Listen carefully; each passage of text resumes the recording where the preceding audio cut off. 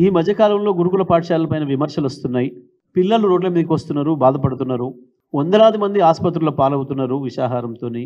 రకరకాల పద్ధతుల్లో పిల్లలు చనిపోతున్నారు. విషాహారంతో పాటు ఎలుకలు గరవడం, పాములు గరవడం, ఒక రెండు సందర్భాల్లో ఆత్మహత్యలకు పాల్పడడం, ఇటువంటి దురదృష్టకరమైన సందర్భాలు మనకు ఎదురవుతున్నాయి, కనబడుతున్నాయి అని చెప్పి వర్కింగ్ ప్రెసిడెంట్ కేటీఆర్ గారు ప్రవీణ్ కుమార్ గారి ఆధ్వర్యంలో విద్యార్థి నాయకులుగా పనిచేసిన అనుభవం ఉన్న మా పార్టీలో కూడా ఇప్పుడు ప్రస్తుతం వివిధ విభాగాల్లో పనిచేస్తున్న మిత్రులను కలిపి కమిటీ వేశారు.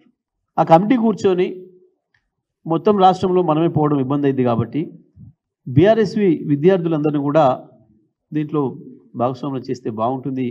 ఎక్కడికక్కడ ఆయా జిల్లాలలో వాళ్ళకి ఇంటిమసీ ఉంటుంది కాబట్టి వెళ్ళి పిల్లల్ని కలిసి ఆ స్కూళ్ళల్లో ఉండే వసతులు ఏంది, ఆహారం ఏ పరిస్థితిలో ఉంది, ఎట్లా ఉంది, ఎక్కడెక్కడ బాగా నడుస్తున్నాయి, ఎక్కడ ఏమైనా ఇబ్బందులు ఉన్నాయా ఉంటే వాటిని తీసుకొని రండి అని చెప్పి పార్టీగా మేము దాన్ని అంతా కూడా తీసుకొని రేపు శాసనసభ పెట్టే అవకాశం ఉంది కాబట్టి శాసనసభలో ప్రభుత్వం దృష్టికి తీసుకుపోదాం.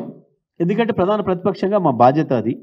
ఈ రాష్ట్రాన్ని మంచిగా నడపడానికి, రాష్ట్రంలో ఉన్న ప్రజల సమస్యల్ని ప్రభుత్వం దృష్టికి తీసుకుపోయే బాధ్యత, ప్రభుత్వం సరైన పద్ధతిలో నడవడానికి కావాల్సిన సహకారం ఇవ్వాల్సిన బాధ్యత మా పైన ఉంది కాబట్టి మేము ప్రతిపక్షంగా మా బాధ్యతలో భాగంగానే మేము ఈ కార్యక్రమాన్ని తీసుకున్నాం.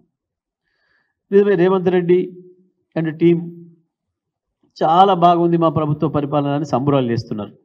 చేసుకోండి, మీ సంబరాల జోలికి మేమేం రాలే, ప్రజలు చెప్తారు దానికి తీర్పు. కానీ మేము పోదలుచుకున్న స్కూళ్ళలో పోయి మేము ఉన్నటువంటి పరిస్థితులు తీసుకొచ్చి చెప్తాం మీకు అని అంటే ఎందుకు భయం వేస్తుంది రేవంత్ రెడ్డికి? వీళ్ళు నువ్వు అనుకున్నట్టు గొప్పగానే ఉంటే అదే చెప్తారు కదా మా వాళ్ళు వచ్చి. చాలా గొప్పగా అద్భుతంగా నిర్వహిస్తున్నారు, మనం చేసే పద్ధతిలో చేస్తున్నారు, లేదా మనకుంటే కొంచెం ఎక్కడైనా ఒక రెండు స్కూళ్ళలో తక్కువగా ఉంది, లేదా పలానా స్కూల్లో మనకంటే గొప్పగానే చేస్తున్నారు, ఇంకా మంచిగా చేస్తున్నారు అనేది రాసిస్తారు కదా. వాళ్ళు అంతకు మించి ఏం చేయడానికి లేదు కదా. ఉన్నదాన్ని లేదు అని చెప్పడానికి లేదు, లేనిదాన్ని ఉన్నది అని చెప్పడానికి లేదు. ఉన్నది ఉన్నట్టుగా ఇవాళ ఏముందో దాన్ని ప్రభుత్వం దృష్టిలో పెట్టడం, ప్రభుత్వం దృష్టికి తీసుకురావడం అనేది మా బాధ్యతగా మేము భావించినాం.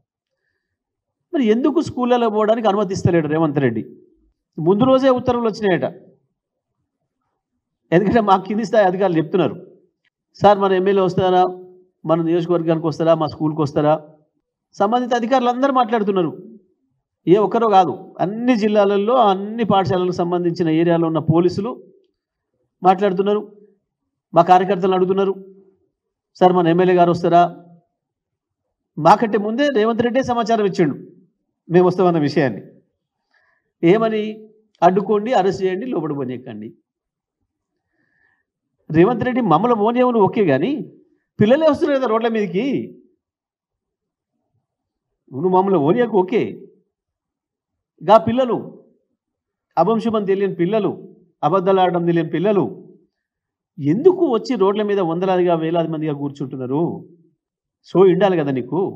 స్పష్టంగా తేలిపోతుంది, రేవంత్ రెడ్డి మా టీఆర్ఎస్వి పిల్లలనే స్కూల్ లోపలికి అడుగుపెట్టనిచ్చే పరిస్థితిలో లేడు అని అంటే ఆ స్కూళ్ళ పరిస్థితి ఎంత అధ్వానంగా ఉందో అర్థం చేసుకోవచ్చు. ఇంత మించిన నివేదిక అవసరం ఉందని నేను అనుకోవడం లేదు.